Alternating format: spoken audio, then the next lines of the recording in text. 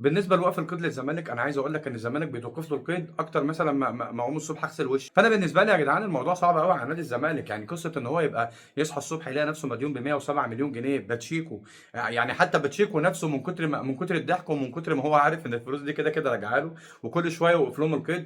سف عليهم النهارده على تويتر وطلع يقول لك القذيفه بتاع قضيه ممكن، والقذيفه بتاعت قفشه، والقذيفه بتاع مش عارف ايه.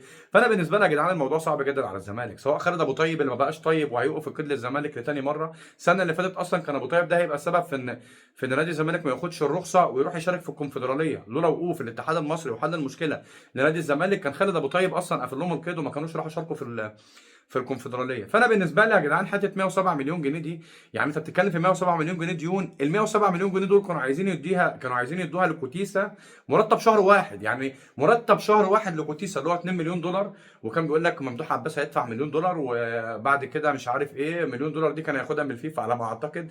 بس يا جدعان الموضوع بتاع الزمالك يعني صعب جدا، يعني لازم تدخل الدوله علشان يخلص الموضوع ده. بيراميدز كده كده انا شايف ان امرها سهل وهتحل مشاكلها. يعني معاهم مستثمر تقريبا يقدر يستثمر في يعني في نص انديه الشرق الاوسط. فانا بالنسبه لي بيراميدز موضوعها سهل، الزمالك ان الموضوع صعب عليها، لانها حتى لو فقط القيد مش هتعرف تجيب الصفقات بالشكل الكويس.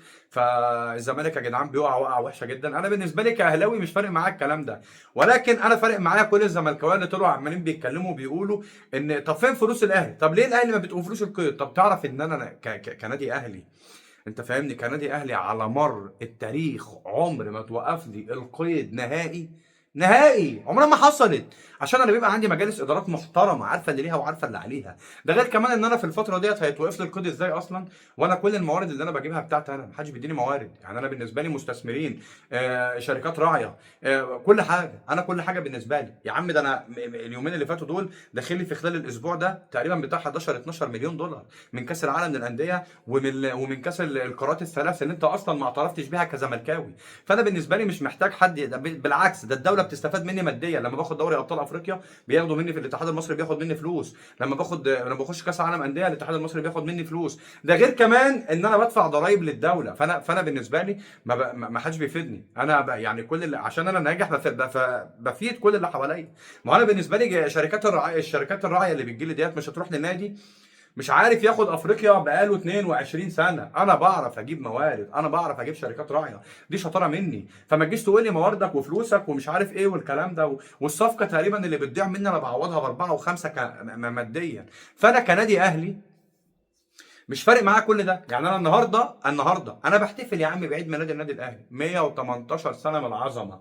مش فارق معايا بقى الزمالك موقف له كده مش موقف له كده، لان انت كده كده اصلا لا بتنافسني ولا فارق معايا، ولا انت ده ثالث دوري. يعني انا عايز اقول لك يا جدعان، لو تطرقنا شويه لموضوع بيراميدز ده، ان هو رويدا بياخد مكان الزمالك في كل حاجه. هتيجي تقول لي ما هياخد منك الدوري السنه دي؟ ما هو هياخد منك الدوري السنه دي ديت لو انت بصيت بالعقل اصلا.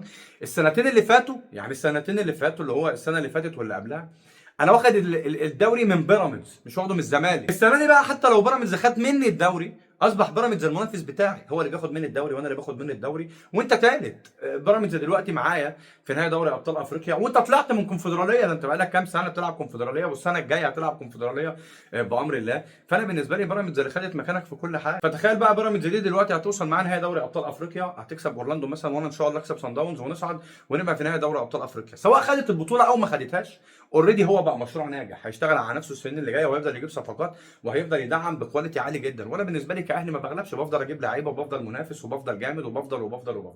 بعد كده هيبقى الموضوع اهلي وبيراميدز. الزمالك طبعا واقع، لان الزمالك هيتنيه غرقان في ديونه ديت ل 10 سنين قدام. وكمان بيراميدز لو مشي على المبدا ده هيكون قاعده جماهيريه كبيره جدا، وهيبقى اكترتهم زملكاويه. يعني اللي هيلاقي الزمالك فشل هيحول لبيراميدز لانه مش هيحب يشجع الاهلي. انت فاهم؟ فانا بالنسبه لي بيراميدز ده مشروع سيتي جديد، ولكن في وجود الاهلي هيفضل الاهلي، عارف انت اللي هو العلقم، العقده في المنشار لاي فريق بيحاول ينافس في اي مكان، سواء في القاره او سواء في المحلي. انا بالنسبه لي الاهلي كرقم واحد وهيفضل رقم واحد، لان لو بيراميدز استمر وفضل يجيب صفقات انا هفضل اجيب صفقات، بل بالعكس بيراميدز بيبقى عنده كواليتي اعلى مني وانا بكسبه. مش زيك، يعني انت بتكسبه علشان كعبك عالي عليه وفي الاخر بتخسر بطوله، ولكن انا يعني بكسب بيراميدز وفي نفس الوقت باخد منه البطوله، بعرف اخد منه بطوله. انت كبيرك تعمل كويس في ماتش وبعد كده بتخسر بطوله وبتطلع ثالث ملاك يعني بعيد عن المنافسه، ولكن انا كاهلي حتى لو خسرت منه باخد البطوله. انت فاهمني؟ فانا بالنسبه لي ربنا يصبر الزملكاويه على الفتره اللي جايه ديت، وانا بالنسبه لي كاهلاوي ان شاء الله ما بفكرش غير في ماتش صن داونز يوم الجمعه باذن الله، ربنا يكرمنا. الماتش طبعا الساعه 7 ومكتوب على كل المواقع 6 تقريبا، ولكن بكره هيتغير الميعاد، يعني بكره المواعيد الشتوي الصيفي هتبدا، فهيبقى الماتش الساعه 7. فبالتوفيق يا جدعان لكل الاهلاويه حبايب قلبي.